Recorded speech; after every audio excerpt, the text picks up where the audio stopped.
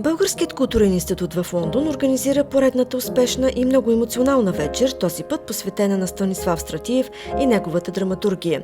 Български и английски гости се събраха, за да почитат паметта на големия български драматург и писател.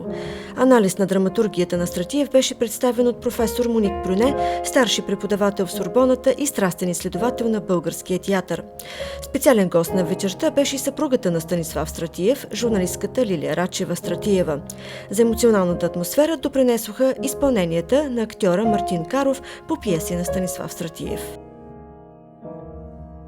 Аз първо съм много приятно изненадана, че имаше толкова много посетители,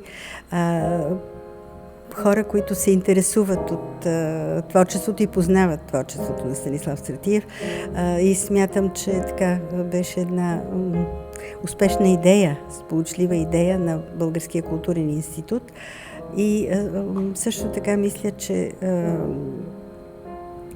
представянето беше направено много добре и с анализ на драматургията, и с музикалната рамка на Мартин Каров, и с колажа, който той беше направил от текстове на Станислав. Така че и освен това оживлението в публиката и участието на публиката, желанието на публиката също да каже своето мнение и своя опит и своите преживявания с творчеството на Станислав, мисля, че също говориха много за вечерта и за хората, за отношението на хората към творчеството на Станислав Стратиев.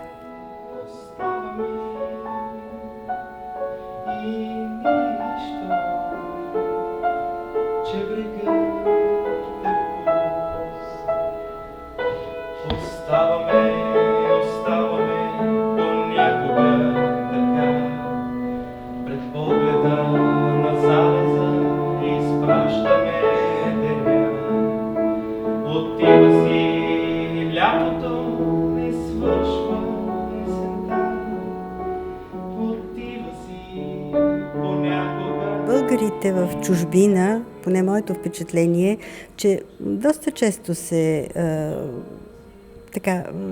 прибират в България, купуват книги, четат, но все пак те са откъснати и не могат да преценят контекста на литературата, не могат да преценят какво си струва, какво си струва да се купи, какво си струва да се прочете.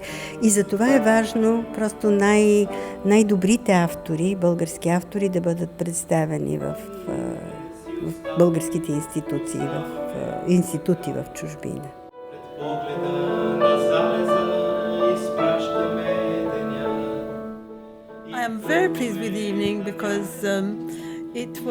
Аз съм много доволна от вечерта. Музиката много ми хареса, както и разговорът с Лилия Рачева. Избрах да представя Станислав Стратиев, защото винаги съм харесвала неговото чувство за хумор, неговата сатира и критика към системата и бюрокрацията. Той защитаваше малкия и беден човек. С Станислав Стратиев се срещнах през септември 1995 година, когато започнах моето научно изследване върху съвременния български театър. Той изглеждаше много внушителен и резервиран, но имаше желанието да дискутира. Когато говореше за обществото, се усещаше, че го е грижа за него. Не само за българското общество, но за обществото като цяло.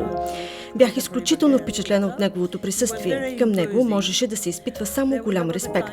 Чувстваше се и аурата, идваща от силата на неговите думи и от неговата ирония. Мисля, че вечерта беше много плодотворна и добре организирана. Приятно е да се работи с Българския културен институт.